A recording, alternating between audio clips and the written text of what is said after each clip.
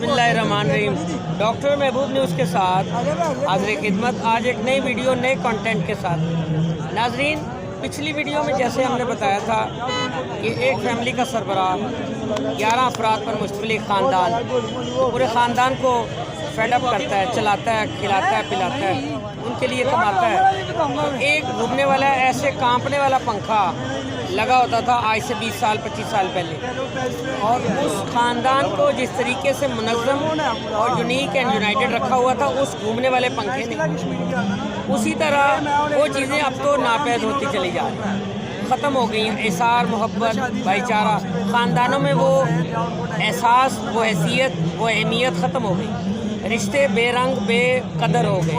लेकिन दोस्त आज भी पूछते हैं, आप यार मेरे दोस्त तेरी तबीयत कैसी है। दोस्त आपसे ये नहीं पूछेगा तूने कपड़े कैसे पहनी है, लेकिन रिश्तेदार आपसे आपकी हैसियत पूछते हैं। तो नाजरीन, बिला तकल्लुफ़ बिला ताख़ीर अपने असल कंटेंट की तरफ आते हैं। अस्सलाम वालेकुम। क्या नाम है आपका? शेख आकिब। थोड़ा सा ऊंचा बोलो। शेख आकिब। शेख आकिब, ये बताइए कि जनरल असम्बली का हालिया सेशन हुआ डे बैक यस्टरडे। वज़ीर आज़म पाकिस्तान मियां शहबाज शरीफ ने वहाँ पर स्पीच की। ये सेशन होता है, इसमें पूरी दुनिया के सदूर वज़ीर आज़म head of the government speech करते हैं, अपने पूरे मुल्क का लाएअमल खतोखाल हालात व वाक़ियात के तनाज़ुर में बैठ के बात करते हैं। बिलाशुबा ये बड़ी कम्पेटिटिव तकरीर थी। कोई भी प्राइम मिनिस्टर हो, ये तकरीर स्पीच उसे लिख के मिलिट्री सेक्रेटरी देते हैं, ठीक है ना, उनके जो प्राइवेट सेक्रेटरी होते हैं या उनके मिलिट्री सेक्रेटरी, तो उससे मुल्क की तर्जमानी होती है। आप क्या समझते हैं इस तकरीर में क्या नकाइस थे और क्या नहीं क्या कहा गया जो कहना चाहिए था? ये तो सियासी बयान है हमारे, ये सियासी बयान काफ़ी अच्छे से चलते आ रहे हैं। अब कश्मीर के मुतालिक भी देखें, चलते आ रहे हैं हमारे काफ़ी अच्छे से सियासी बयान हमारे सियासतदान करते आ रहे हैं। इनसे पहले इमरान खान साहब मैं यहाँ आखिर यहाँ आपको रोकता हूँ, ये सियासी बयान नहीं था। इंटरनेशनल फोरम पे जब आप खड़े होकर बात कर रहे हैं, फोरम पे आप इस्लामिक कंट्री की नुमाइंदगी कर रहे हैं। इंटरनेशनल फोरम पे तो बड़े बड़े जो वज़ीर आज़म मसदूर वहाँ पे आते थे, सब ने उनकी मजम्मत की, लेकिन मजम्मत का फ़ायदा क्या हो रहा है? मजम्मत का कोई फ़ायदा नहीं हो रहा। आप बीइंग मुसलमान की तर्जमानी करने गए थे वहाँ पे, आप एक पाकिस्तान की नुमाइंदगी के साथ आप मुल्क की नुमाइंदगी करने गए थे, लेकिन एक आप उम्मत मुस्लिमा की भी नुमाइंदगी करने गए थे, आप इंसानियत की नुमाइंदगी करने वहाँ पे गए थे। हमारा मेन मकसद करना पड़ेगा बिल्कुल आखिर ये है कि मैं छोटे छोटे सवाल करता हूँ। प्राइम मिनिस्टर ने कहा कि जी यूक्रेन और रशिया की जो वॉर है, इससे पूरी दुनिया में कॉन्फ्लिक्ट जो है ना यानी अनफिनिशेबल हो रहे हैं। इससे पॉवर्टी बढ़ी है, सिक्योरिटी के इशू आए हैं, पीस जो है वो ख़त्म हो गई। उसके साथ इजराइल का जो ब्रिटिशिज्म, जो फाशिस्ट सिस्टम है, उसने जो एक स्लैटर शुरू किया हुआ है फ़लस्तीनियों का, यानी सेल्फ डिफेंस के नाम से लाखों हज़ारों अफराद को यानी आप उनका खून बहाएं और 77 साल से फ़लस्तीनी उसका लुक़मा अजल बने, फिर रेबलान को आप जब चाहें उस पर चढ़ दौड़ें। इस तरह सीरिया पर और मिस्र पर, यहाँ साथ जो भी उसके बॉर्डर लगते हैं, उसके साथ आज जो कल रात एक बड़ा सैड वाक़या हुआ है। नसरुल्लाह जो हिज़्बुल्लाह के बहुत बड़े लीडर कायद, एक नॉन स्टेक होल्डर बट अस्करी विंग, एक ऐसी जमात चला रहे थे जो कि मज़ाक़त मुजाहिदीन थे, उनकी शहादत से एक बहुत बड़ा गैप है। आप ये समझते हैं कि पाकिस्तानी प्राइम मिनिस्टर ने वो जो बातें वहाँ पर इंटरनेशनल फोरम पे की है, उनमें कोई चीज़ रह गई? इंटरनेशनल लेवल पे जो बातें की ना, सिर्फ अमल दरामद रह गया बातों के ऊपर अमल दरामद रह गया। बाकी उन्होंने बातें जो की ठीक है, बिल्कुल की है, उनका बनता था, उन्होंने बातें बहुत अच्छी की, लेकिन अब इसके ऊपर कब से ये अमल दरामद करवाएंगे? कब से ये वहाँ पे जाके वहाँ पे लोगों से जो मामला बन रहे हैं फ़लस्तीन के अंदर, अब लिबनान के अंदर इतनी जुर्रत होगी, इतना सा टुकड़ा इसराइल का, इतनी उसकी आज जुर्रत होगी कि वो आज उठ के पूरे वर्ल्ड में वो मना रहा है। उसके पीछे आखिर किसका हाथ है? अच्छा, वहाँ पर सब आप नुमाया करें, आप मीडिया वाले हैं, आप क्यों नहीं बात करते? इसराइल के साथ कौन है? इसराइल का कौन साथ दे रहा है? पीछे अमेरिका खड़ा है, उसके साथ अल-ऐलान खड़ा है। हमारे वज़ीर आज़म साहब ने सब कुछ तो की, तकरीर तो की, लेकिन वज़ीर आज़म साहब ने वहाँ पे असम्बली में खड़े होके अमेरिका को क्यों नहीं ललकारा, अमेरिका को क्यों नहीं बोला कि भाई आप लोग भी तो साथ छोड़े उनका। अमेरिका उन्होंने जी। Prime minister however a very responsible जी जी जी डिप्लोमेटिक, उसकी एक टॉक होती है, उसका एक वो सेलिब्रिटी होती है, मुल्क की नुमाइंदगी करते हैं वो अंडर दी मैंने अभी आपसे बात पॉलिटिकल। मेरी बात, एक जो सफारती ताल्लुक का प्रेशर होता है वो उन्होंने अपनी तकरीर में पॉइंट आउट किया। एक जो सफारती आदाब होते हैं, ललकारा किसी मुल्क को नहीं जा सकता। आप एक इंटरनेशनल फोरम पे खड़े हैं, आप अपने इशू को एड्रेस करते हैं, आप अपने इशू, और उन्होंने किए हैं। आपने शायद तकरीर उनकी गौर से नहीं सुनी। मेरी बात पर सुनी, आगे मेरी प्लीज लिसन टू मी। उन्होंने हर इशू पर बात की है। उन्होंने कहा जी फलस्तीन को स्लाटर हाउस बना दिया गया है, 100 स्कीम के तहत ज़िबा खाना बना दिया गया है, उनको शहीद किया जा रहा है, उनकी नस्ल कुशी की जा रही है, यानी एथनिक क्लेंजिंग का लफ्ज़ इस्तेमाल किया। वो जो लफ्ज़ इस्तेमाल किए हैं उसमें अमेरिका को ही बता रहे हैं। वो कह रहे हैं कि, और फिर सबसे बड़ी बात, जिस वक्त वो फाशिस्ट मलून Israeli prime minister Netanyahu address करने आता है तो सारा हॉल तो मुस्लिम उम्मा खबर खड़ी वहाँ से निकल जाती है, बशमूल पाकिस्तान भी निकल जाता है। तो आप ये कैसे कह सकते हैं, अगर तो अमेरिका के हम अंडर जेर साया होते तो बैठे रहते, लेकिन वो तो उठे हैं।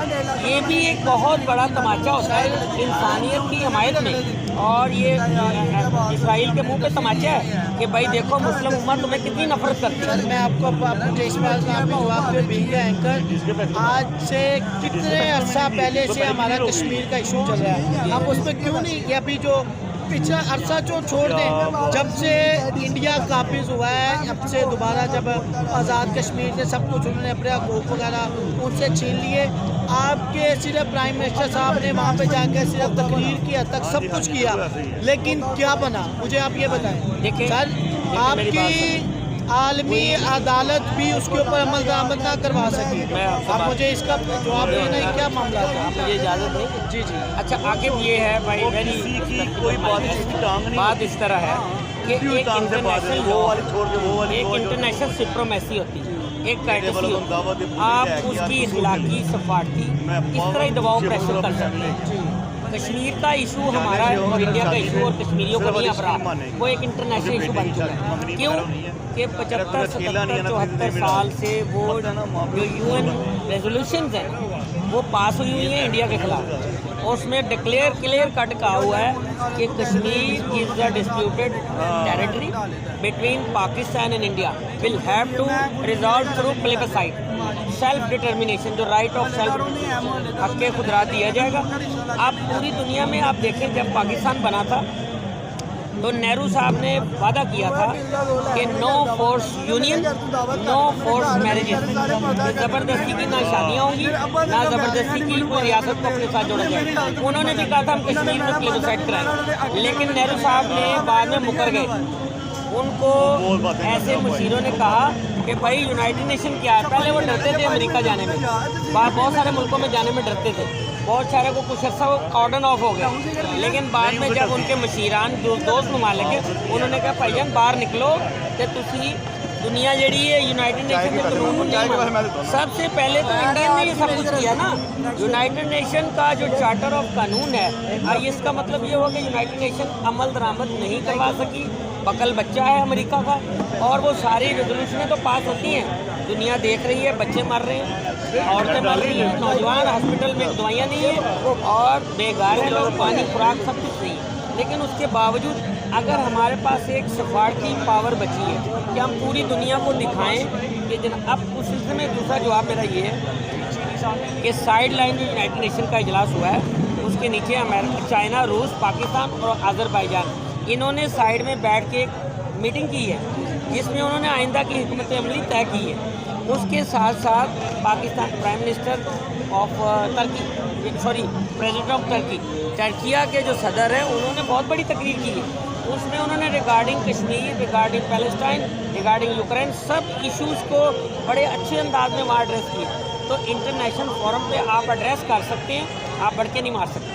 जी बेहतर है, ठीक है। हम लोग भी देखते हैं क्या मामला इसका रद्दअमल क्या देती है। ये रद्दअमल आएगा, इंशाल्लाह रद्दअमल आएगा। बस मेन तो बात यही पे है کہ جو معاملات ہیں نا اس کے میں جنگ بندی سب سے پہلا حل ہے وہ کروائے عالمی عدالت، وہ کروائے. ہمیں جب آپ کے بیان کی حیثیت تب بھی بڑھے گی. وہ پرائم منسٹر نے آخر میں تقریر میں کہا ہے کہ وہی ڈیمانڈ اب ہم کنڈیمن نہیں کر سکتے. آپ دنیا کو یہ کہہ رہے ہیں کہ وہ ان سے ڈیمانڈ کرے کہ جنگ بندی ہونی چاہیے فوراً within no time of waste, یعنی فوراً ہونی چاہیے.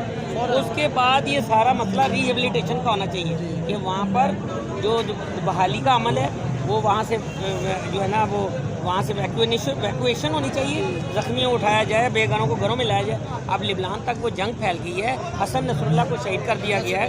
اب اس کے بعد یہ جنگ پھیلتی ہوئی نظر آ رہی ہے. یقینی طور پہ آپ جو کہہ رہے ہیں کہ للکار، اب اس کا للکار جو اپروکسی جو ہے سسٹم چل رہا ہے نا، پروکسی وار جسے ہم خفیہ لڑائی کرتے ہیں، یعنی چھپ کے لڑنا، یہ اب وہ اس طرح کی کوئی لڑائی کی طرف ہم جا رہے ہیں. مجھے لگ رہا ہے کہ ہماری لڑائی جو ہے پاکستان کا اس میں جو بڑکوں کا یا دنیا کا بڑکوں جو رول ہوتا ہے وہ اب یہیں اسی حد تک ہی ہوگا کہ ہم سفارتی طور پر دنیا کو اس طریقے سے قائل کر لیں کہ جناب یہ ایک انٹرنیشنل ایشو ریکگنائز ہو چکا ہے.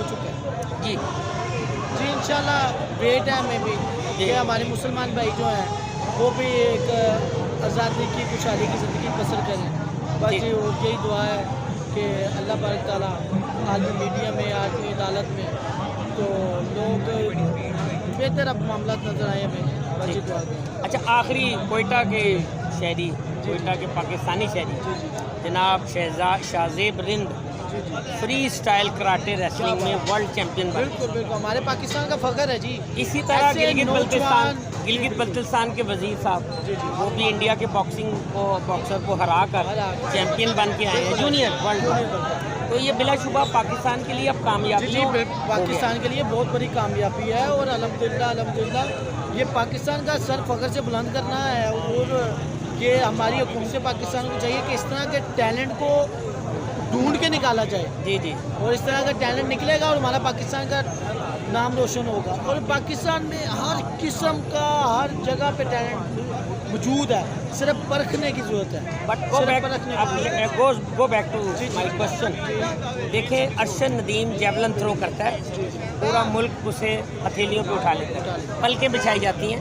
اس کے لیے رومانس آف کارپیٹ جو ریڈ کارپیٹ ہوتا ہے وہ بچھایا جاتا ہے، اسے پوری طرح سے تحائف اور وہ تمام چیزیں نوازی جاتی ہیں.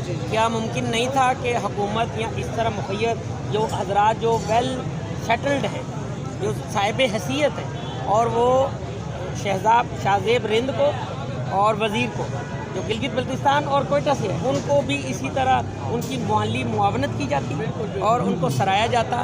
ظاہر ہے وہ بھی اس ملک کے شہری ہیں. آپ کیا کہتے ہیں؟ میں اس میں یہ چاہتا ہوں کہ ہمارے حکومت پاکستان اگر چاہتی تو لازماً اس جو یہ بھی ٹیلنٹ ہے ہمارا، اس کو بھی لازماً، ظاہری بات ہے انہوں نے پاکستان کی نمائندگی کی، پاکستان کا سر فخر سے بلند کر کے آئے ہیں. اور چاہیے یہی تھا حکومت پاکستان کو ادھر کے مقامی جو صوبائی گورنمنٹ کا مین جو حق تھا وہ کیا انہوں نے، وہ مقامی گورنمنٹ نے کیا ہے جی ان کے لیے. لیکن اپنے پاکستان کی سطح پہ بھی لازماً چاہیے تھا کہ ان کو سر انجام دیا جاتا. بہرحال جو بھی ہے اللہ خیر کرے. حکومت پاکستان سے یہی مطالبہ ہے ہمارا کہ جو پاکستان کا نام روشن کرے اس کو ظاہری بات ہے آپ کو یاد رکھنا چاہیے.